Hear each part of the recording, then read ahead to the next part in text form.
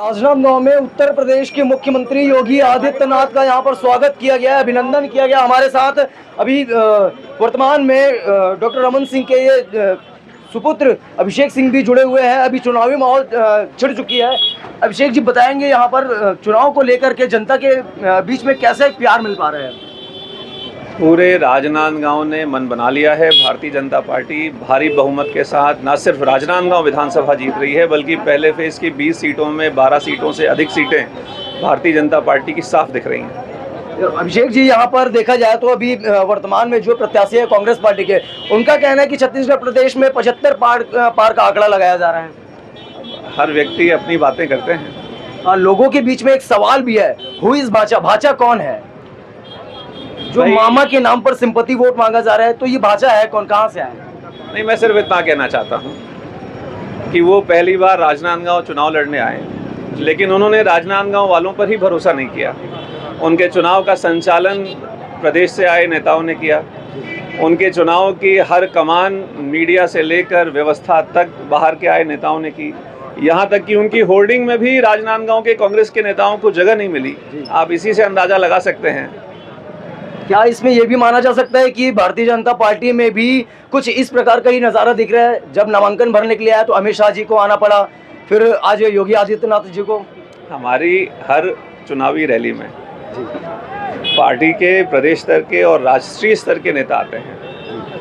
हर पिछली बार की नामांकन रैली में योगी आदित्यनाथ जी आए थे। इस बार की नामांकन रैली में आदरणीय अमित शाह जी आए हैं। उसके पहले की नामांकन रैली में कोई और राष्ट्रीय स्तर के शीर्ष नेतृत्व आए थे। उनके नामांकन रैली में राहुल गांधी आए हैं, तो कौन सी बड़ी बात हो गई? उनके कार्यक्रमों में राहुल गांधी आ रहे हैं, बगल में प्रियंका गांधी आ रही हैं, तो ये तो चुनाव की परंपरा का वो है। लेकिन नांदगांव विधानसभा के भारतीय जनता पार्टी के कार्यकर्ताओं ने ये चुनाव लड़ा है और जनता का आशीर्वाद मिला है। ये क्या लगता है कि इस चुनाव को लेकर के जनता के बीच में रुझान किस प्रकार का आ रहे हैं? आप स्वयं पूछ लीजिए। चलिए, ये थे अभिषेक सिंह जी, जो सीधे साफ तौर पे कहा जा रहा है कि इस बार भारतीय जनता पार्टी ही राजनांदगांव समेत पूरे जिले भर में अपने एक स्थान को, अपने सीट को यहाँ पर लेकर आएगी। मैं यूआरसीजी न्यूज़ के साथ सौरभ ताम्रकार, राजनांदगांव। यूपी के मुख्यमंत्री योगी आदित्यनाथ का राजनांदगांव में स्वागत हुआ है। लोगों में किस प्रकार का रुझान है उसको हम देखते हैं। यहाँ पर बात करते हैं। जी, आपका नाम बताएंगे? सन्नी निर्मलकर। क्या लग रहा है यहाँ पर आज योगी आदित्यनाथ आए, उनको देखे आप कैसा फील कर रहे हैं, महसूस कर रहे हैं? महसूस यह है कि लगभग लहर तो डॉक्टर साहब की ही है। डॉक्टर साहब कौन? डॉक्टर साहब? डॉक्टर साहब विधायक जी हैं यहाँ। अच्छा, क्या लगता है आपको कि इस बार? मेरा नाम श्री राम साहू, बूथ अध्यक्ष हूँ और पहले पूर्व अध्यक्ष साहू समाज का हूँ। मेरे को ये लगता है कि आदित्य योगीनाथ आने से हमारे जो कर्मष्ट बीजेपी के कार्यकर्ता और एक तेजी से डॉक्टर साहब को विकास के लिए माने जाते, जैसे श्योर वाले बाबा पूरे छत्तीसगढ़ में सड़क, नदियाँ, तरिया, हॉस्पिटल, कॉलेज एक नाम से जाना जाता है कि आज के डेट में डॉक्टर साहब ही मुख्यमंत्री बनेगा। आने वाले हमारे भाजपा सरकार का हम पूरा साहू समाज सपोर्ट करते हैं। पूरे के पूरे साहू समाज आप लोग सपोर्ट करते हैं, तो क्या लगता है यहाँ पर डॉक्टर रमन सिंह के सपोर्ट में यूपी के मुख्यमंत्री योगी आदित्यनाथ को लेकर के आ रहे हैं? योगी जी बुलडोजर बाबा है। छत्तीसगढ़ में भी बुलडोजर बाबा की आवश्यकता है। बुलडोजर बाबा टाइप काम करेंगे। आने वाले भविष्य में बुलडोजर बाबा ही काम आएंगे। तो छत्तीसगढ़ में कैसे बुलडोजर बाबा की आवश्यकता है? जो क्राइम बढ़ गया है, और जैसे पिछले समय कवर्धा में हुआ, हाल में भी एक घटना हुई है, एक हत्या हुई है। एक खंडेलवाल जी के सुपुत्र की अभी हत्या हुई है, जिसके अभी जांच पड़ताल जारी है। शंका है कि इसकी हत्या ही हुई है और कांग्रेस गवर्नमेंट इसमें फेल है। हर जगह से हत्या, अभी कालते बस्तर में भी एक जन की बीजेपी दुबे जी की हत्या हुई है और भी पूर्व में भी हत्याएं हो रही है।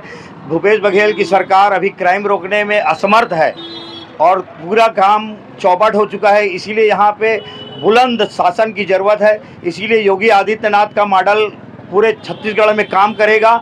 इसी उद्देश्य से योगी जी यहाँ आए हुए हैं और डॉक्टर रमन सिंह की सरकार 100% बन रही है। और यहाँ पे जो कांग्रेस का प्रत्याशी उतारा गया है वो खरोरा जिले से आए हुए हैं, जिनको कोई नहीं पहचानता है, कोई नहीं जानता है। वो केवल भांचा के रूप में काम कर रहे हैं। मामा भाचा बोले तो मामा कौन है? मामा कोई नहीं है, मामा कोई सामने नहीं आया है, ये सब बरगलाने की बात है।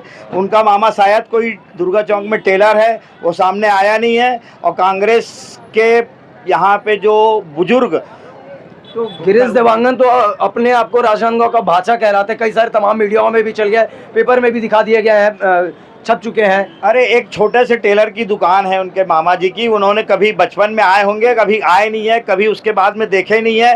केवल प्रत्याशी के रूप में बहुत पैसे वाले हैं ऐसा करके प्रचार किया गया है और बोला गया है कि मैं यहाँ से 5 करोड़ रुपया 5 करोड़ रुपया खर्चा करूँगा और डॉक्टर साहब के अगेंस्ट खड़े होकर मैं डॉक्टर साहब से जीत के दिखाऊंगा, ऐसा करके वादा किया है। और बोल रहे हैं कि मैं भूपेश बघेल का दोस्त हूं, तो भूपेश बघेल शायद उसको अपना आगे बढ़ने नहीं देने के कारण, काटने के कारण रमन सिंह के अगेंस्ट में खड़ा किए हैं। और भी कुछ लोगों से हम अभी चर्चा करते बात करते हैं कि तमाम लोग जो है वो वोटर्स है, वोटर से बात करना अभी महज लाजिम है। जी आपका नाम बताएंगे? विजय मानिकपुरी। क्या लगता है आज यूपी के मुख्यमंत्री योगी आदित्यनाथ का यहाँ पर स्वागत हुआ है?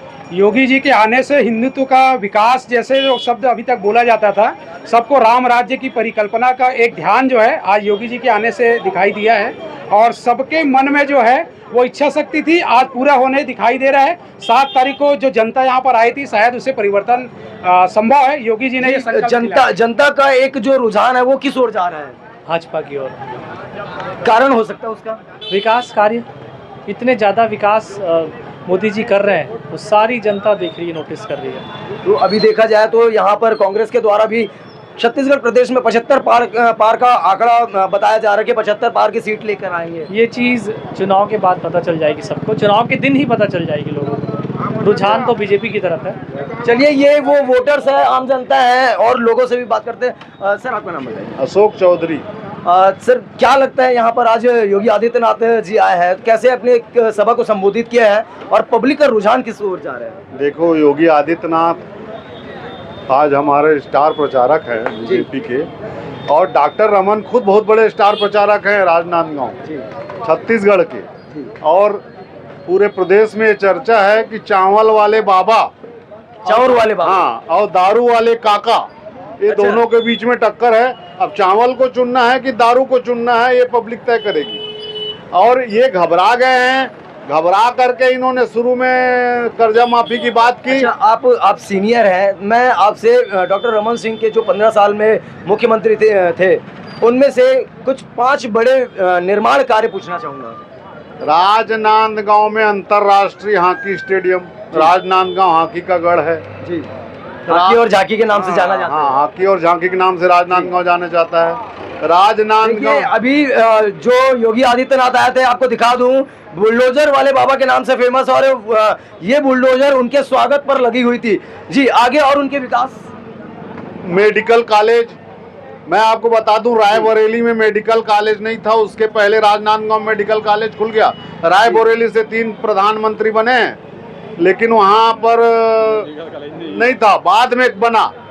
राजनांदगांव के बाद 167वें नंबर में राजनांदगांव बना और 180 या 81 नंबर में जो है रायबरेली बना। तो बहुत बड़ा 400 करोड़ का जो है इन्होंने दिया। और भूपेश बघेल वहाँ 2 करोड़ का सिटी स्कैन नहीं दिया 5 साल में। पूरे प्रदेश के रोड खराब हो गए, एक रोड में चीपा तक नहीं लगाया। विकास के नाम से शून्य, पंचायती राज को पूरा नष्ट कर दिया। एक पंचायती राज में कोई काम नहीं हुआ। और डॉक्टर रमन के रहते इतना पैसा आता था, आखिर वो पैसा गया कहाँ?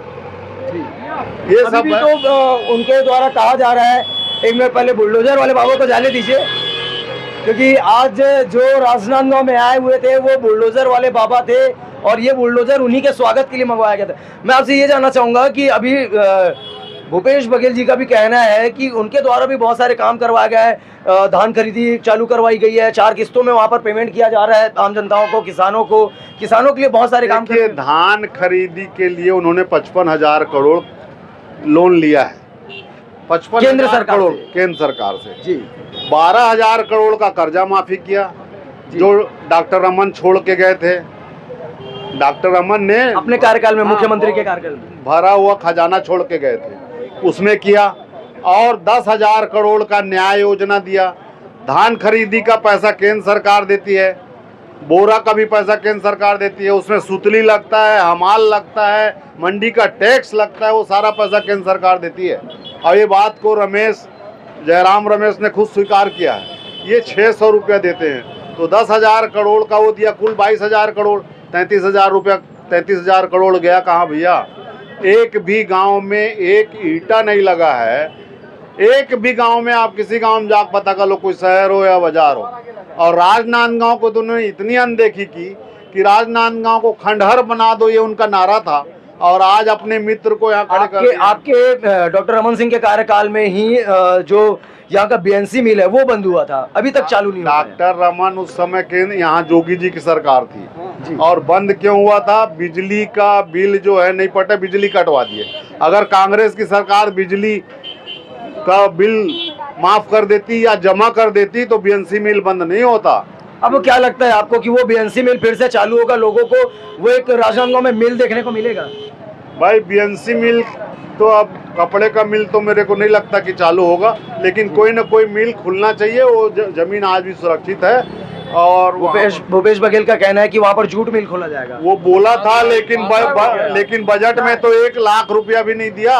बजट में अगर 1 करोड़ रुपया, 1 करोड़ रुपया अगर बजट में रख देता कि जूट मिल बनाएंगे, तब तो हमको लगता, तब तो किया। जब आया जो बोला वो पूरे 5 साल में कभी नहीं हुआ।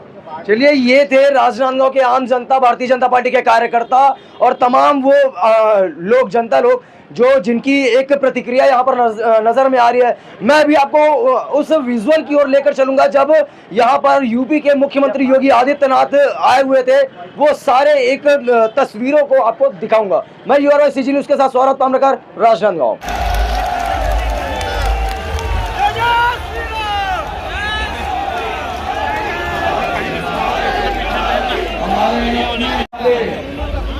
हमारे इस विधानसभा के उम्मीदवार सांसद जी और सभी वरिष्ठ नेतागण यहाँ उपस्थित हैं। मैं जिला भारतीय जनता पार्टी के नेतागण से निवेदन करूँगा कि आप संयुक्त रूप से सीमा में है, ये सारी बातें आपके सामने है। मैं ज़्यादा समय नहीं लेते हुए मैं माननीय डॉक्टर रमन सिंह जी से निवेदन करूँगा।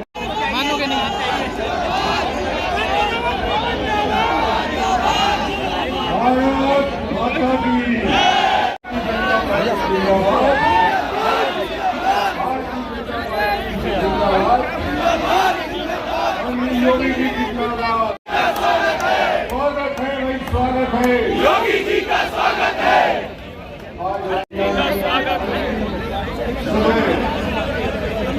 और 1 घंटा का वक्त बाकी, इससे बड़ा सौभाग्य और क्या हो सकता है। मैं तो 5 मिनट लेना चाहता हूँ आपका, प्रत्याशी के नाते ज्यादा समय नहीं लूंगा।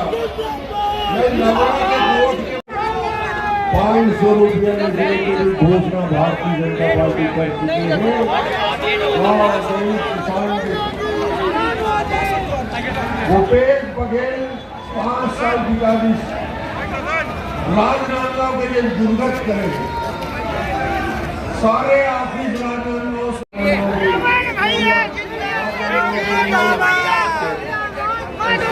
की हालत, राजनांदगांव के गाँव की सड़क की हालत देखने के लिए भी दोषी है। भारतीय जनता पार्टी के राष्ट्रीय उपाध्यक्ष, छत्तीसगढ़ के पूर्व मुख्यमंत्री, राजनांदगांव से भारतीय जनता पार्टी के लोकप्रिय प्रत्याशी परम सम्माननीय डॉक्टर रमन सिंह जी,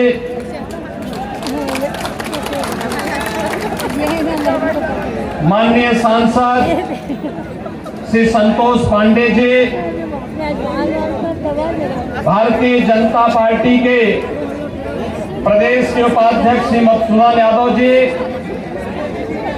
अशोक शर्मा जी खोफचंद पारक जी, संतोष अग्रवाल जी, सुरेश ऐसे हमें देख करके, लोगों के उत्साह को देख करके वादा खिलाफी करने वाली, भ्रष्टाचार में लिप्त माफियाओं के शागिर्द भूपेश बघेल की सरकार, कांग्रेस नेतृत्व की सरकार अपने संस्कारों के अनुरूप छत्तीसगढ़ के अस्तित्व को पूरी तरह मिटाने की तुली हुई है। भाइयों बहनों, इसीलिए तो मैं आज आपको एहसास कराने के लिए आया हूं। घोटाले पे घोटाले मैंने तो देखा, एक ही प्रगति हुई है। बिहार में लालू जी ने चारा खाया और यहां पे कांग्रेस गोबरी पचा जा रही है। आपने देखा होगा ना, दोनों शागिर्द हैं बिहार में, दोनों एक साथ हैं। कांग्रेस और आरजेडी का गठबंधन बिहार में है,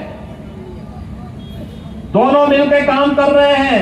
संस्कारों का क्या असर पड़ता है, या हमको देखना हो तो कांग्रेस के ऊपर देख सकते हैं।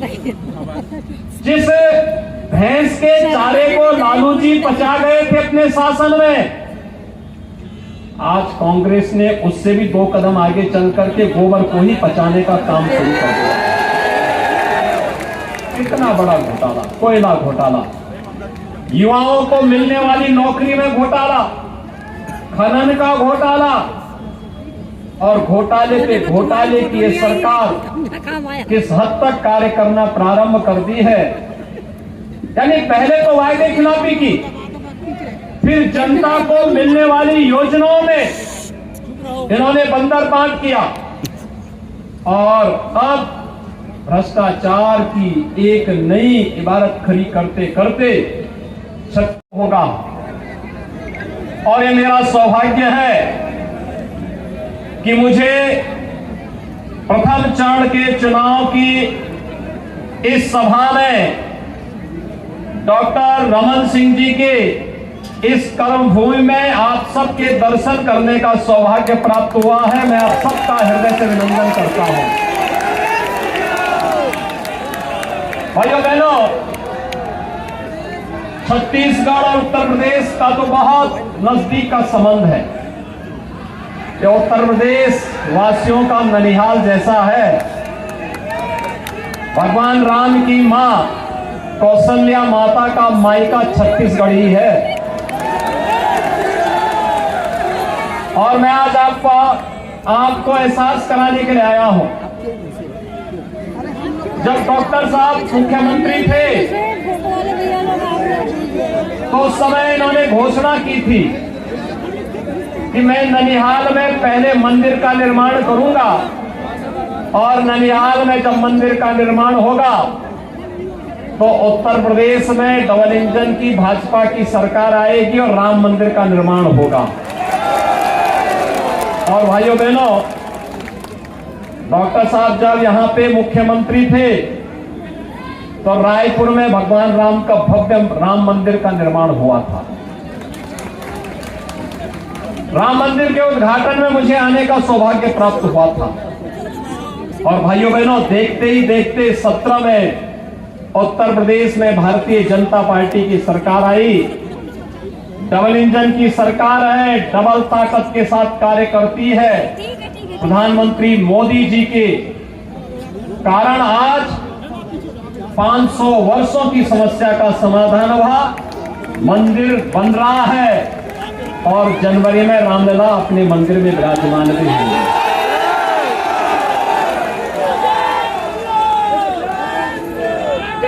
रामलला का अपने मंदिर में विराजमान होने का मतलब राम राज्य की घोषणा, और राम राज्य की घोषणा का सबसे ज्यादा लाभ ननिहाल वालों को मिले, छत्तीसगढ़ वासियों को मिले। इसके लिए डबल इंजन की सरकार छत्तीसगढ़ में आवश्यक है।